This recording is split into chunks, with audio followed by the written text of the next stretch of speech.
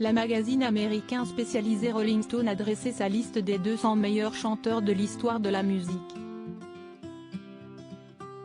Un exercice pour le moins compliqué, tant les critères peuvent être nombreux et les sensibilités de chacun peuvent jouer dans la balance. Ce n'est pas la liste des plus grandes voix, a expliqué la rédaction du magazine. Ce qui importait le plus était l'originalité, l'influence, l'étendue du répertoire de l'artiste et l'impact de leur œuvre et de leur héritage. CST ainsi que plusieurs incontournables pour certains passent à la trappe, comme Céline Dion, tandis que certains non plus confidentiels ou inattendus viennent se glisser dans la liste. CST notamment le cas de Françoise Hardy.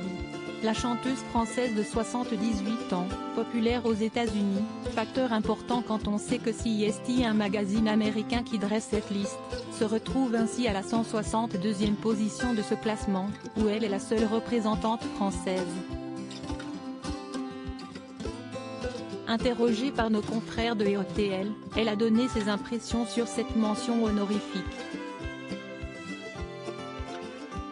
Elle se dit notamment stupéfaite au point de cette place dans ce classement.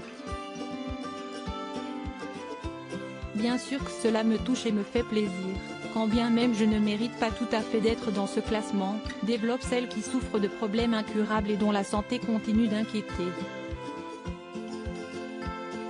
CST tout de même anormal que de bien meilleures chanteuses que moi comme par exemple Edith Piaf qui a composé La vie en rose, n'y figure pas. Il ne faut pas trop faire attention à ce genre de classement, qui change beaucoup d'une année sur l'autre. CST assez incompréhensible mais très flatteur. Je ne résisterai pas à la tentation de m'élevanter.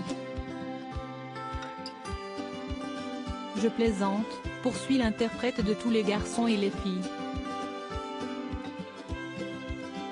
CST important pour moi dans la mesure où le point de départ est probablement une belle chanson All Over the World dont je reste fier car je l'ai en effet écrite et composée.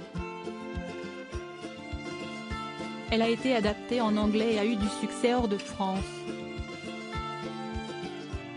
Mais avant moi, il y a eu, entre autres, Barbara, une immense artiste auteur-compositeur hélas peu connue à l'étranger, puis, à partir de 1972, Véronique Sanson, très grande chanteuse qui a écrit de magnifiques chansons qu'elle a toujours composées et écrites. Je ne sais pas si on la connaît sur le plan international, bien qu'elle ait vécu plusieurs années aux USA aux côtés de Stephen Stills, conclut la chanteuse française. À titre informatif, le classement est dominé par Aretha Franklin.